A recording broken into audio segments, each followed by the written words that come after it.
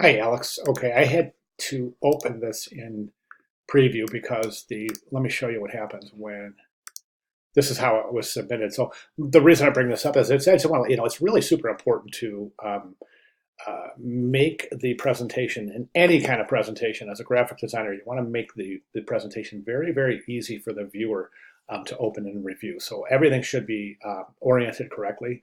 So you don't want to submit something that is oriented in a way that makes it difficult for the viewer to see. So what I did is I just opened this piece up in preview and I rotated it. So let's go ahead and take a look. So let me get rid of that so to prevent any confusion here. So the first thing I'm going to do is I'm going to open up this page here so that we can take a look comparison wise. Let me see, how do I want to do this? Here we go. Let's do this. Okay, perfect. So we can see that the letter forms are not a accurate depiction of the way that they look. So they haven't really been traced out very accurately.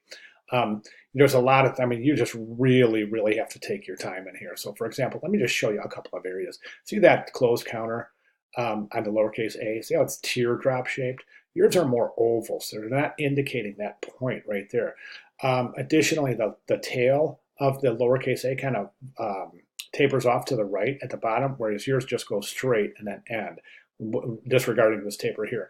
Also, we have variable width stroke weights throughout the lowercase a, specifically this area here, and especially this area here are much more narrow than this area right here. And for instance, it looks like you're almost depicting it, but it's really not emphasized. The branch of the lowercase a is different on all three of your letters, and it's just not a really accurate depiction of what we see here. Remember, craft counts on this. So the reason I mentioned that is because you really want to take your time. If you go back and look through some of the other submissions, we can see some of your classmates have really, really taken their time and assembled these letter forms to be just absolutely gorgeous depictions of the letter forms and how they behave. So I really, really want you to think about your craft, your attention to detail, and your accuracy, as well as the fact that you've got a lot of smudges on the paper. So really want to think about that moving into next week's trial by fire and ice assignment, where it says part 2 of the hand rendered kerning exercise. Right now, your letters don't sit on the baseline, okay, and the mean line is not accurately depicted. The mean line is the line that connects the top of all the lowercase letters. So this one is not depicted correctly, and then your uppercase letter doesn't sit on the cap line. So your guides are not set accurately. As far as spacing goes, it looks like you have achieved normal letter spacing here. What I want you to do, though, is I think this is really important. If you go over to the course announcements and you take a look at Welcome to Week 1, all 4 of these announcements, including Welcome to Week 2, these are just loaded with resources for you and things that really will help you with this assignment. The assignment's explained really thoroughly in these announcement videos. And there's plenty of tips and tricks on how to expeditiously execute this assignment. So be sure to review those course announcements every week. Okay, now as far as kerning goes, the general rule of thumb, and this is covered in those announcements, is the narrowest kerning should be between 2 curved letter forms, followed by the next widest between a straight and a curve, and then the widest should be between 2 straights.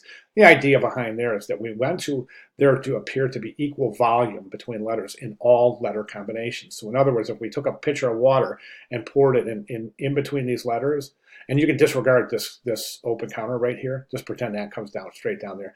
You can see that all of these letter forms have volume between them.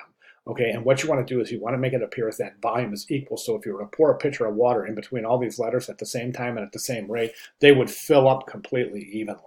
Okay, and that's a great tip to think of for kerning. Okay, so yeah, and if you have any questions or if you need any clarification at all, please let me know. I mean, I'm in every day. I'm pretty much in 7 days a week, at least 6. So I'm really good about getting right back to you. So if you have any questions, let me know. But as I said, I think right now the most important thing I would recommend is to keep in these course announcements everything you need to pass to execute these assignments to a high degree of success is located in the announcements area in announcements and videos. So please be sure to review those at least 2, 3, maybe even 4 times a week, as I do populate those intermittently during the week.